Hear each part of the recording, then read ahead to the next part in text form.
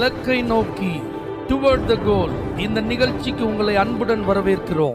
Praise the Lord. ஆண்டவராகிய இயேசுவின் இனிய நாமத்தில் உங்கள் எல்லாருக்கும் அன்பின் வாழ்த்துக்கள்.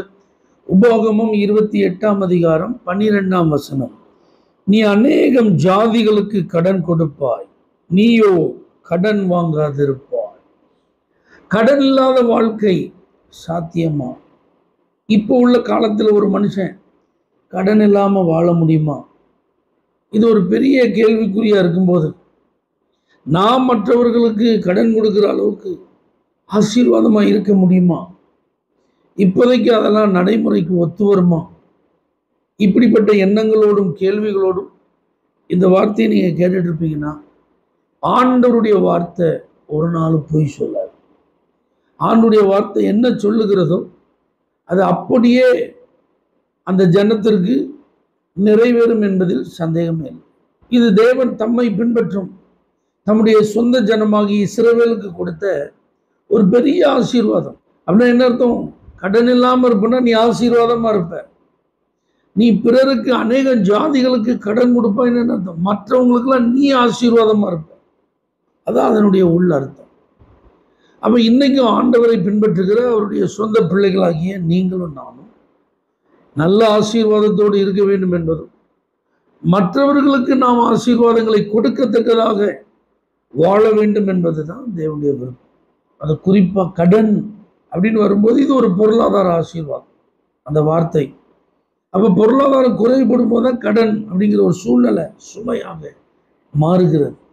தேவைகள் சந்திக்கப்பட போதுமான வருமானம் இல்லை, செய்ய வேண்டிய கடமைகளை நிறைவேற்ற கையில் இப்போ பணம் இல்லை, அதனால தான் நான் இப்போ இந்த கடனை வாங்கினேன்.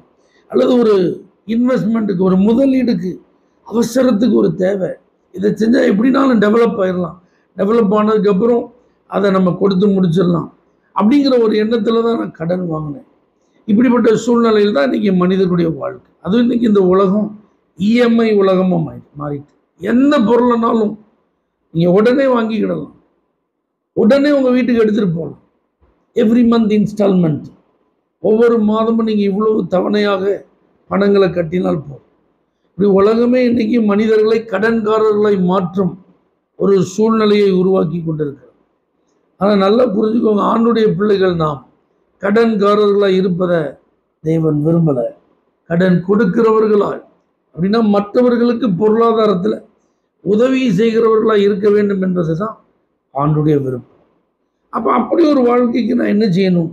ஆண்டவர் சொல்கிறார், என் சத்தத்துக்கு செவி கொடு, என் வார்த்தைக்கு நீ உண்மையாக செவி கொடு, அதன்படி நட. உனக்கு நான் என்னெல்லாம் நியமமாக கொடுத்துருக்கிறனோ, கட்டளையாக கொடுத்துருக்கிறனோ, நீ இதை செய்ய வேண்டும் என்று உன்னிடத்தில் நான் எதிர்பார்க்கிறேனோ அந்த காரியங்களெல்லாம் நீ செய்வாயானால் உனக்கு ஆசீர்வாதம். அப்போ கடன் அப்படிங்கிற ஒரு சூழ்நிலையிலேருந்து நீங்கள் வெளியில் வரணும்னா கர்த்தருடைய வார்த்தைக்கு கீழ்ப்படியாமல் எங்கே இருக்கீங்க பாருங்க. இனி கடன் வாங்க மாட்டேன் அப்படிங்கிற ஒரு தீர்மானத்தை எடுங்க. அனாவசியமாக செலவு செய்ய மாட்டேன் அப்படின்னு ஒரு தீர்மானம் எடுங்க. ஆடம்பரமாக செலவு பண்ண மாட்டேன் அப்படிங்கிற ஒரு தீர்மானத்தை எடுங்க. அவசியம் இல்லாத காரியங்களுக்கு நான் வீணா பணத்தை விரயமாக்க மாட்டேன் அப்படிங்கிறதுல ஒரு தீர்மானம் பண்ணு. அதுக்கப்புறம் ஆண்டவர் நியமித்த பாதைகள், வழிகள், அவருடைய வார்த்தைகள், இதற்கு நான் கீழ்ப்படிந்து நடப்பதற்கு இன்னும் என்னை அர்ப்பணிக்க வேண்டும் என்று உங்களை அர்ப்பணித்து பாருங்கள். கர்த்தருடைய வழியில் நடப்பதற்கு முழுமையாக ஒப்பு கொடுங்க. நீங்கள் செய்கிற வேலைகளை கர்த்தர் ஆசீர்வதித்து, தொழில்களை கர்த்தர் ஆசீர்வதித்து, வியாபாரங்களை கர்த்தர் ஆசீர்வதித்து, அதன் மூலமாய் வருமானங்கள் பெருகச் செய்து உங்களுடைய பொருளாதாரத்தில் இருக்கிற நெருக்கடிகளை மாற்றி, கடன் சுமைகளை அகற்றி, நிச்சயம் உங்களை கடன் இல்லாமலும் வாழ பண்ணுவார். மற்றவர்களுக்கு கடன் கொடுக்கிறவர்களாகவும் வாழ பண்ணுவார். பரலோக தேவனே, இந்த ஆசீர்வாதம் உடைய பிள்ளைகள் மேல் அப்படியே தங்குவதாக இயேசுவின் நாமத்தில் பிதாவே, ஆமென். For prayer contact Pastor J. Kumar, El Shaddai Ministries, 9500252586, Surandai.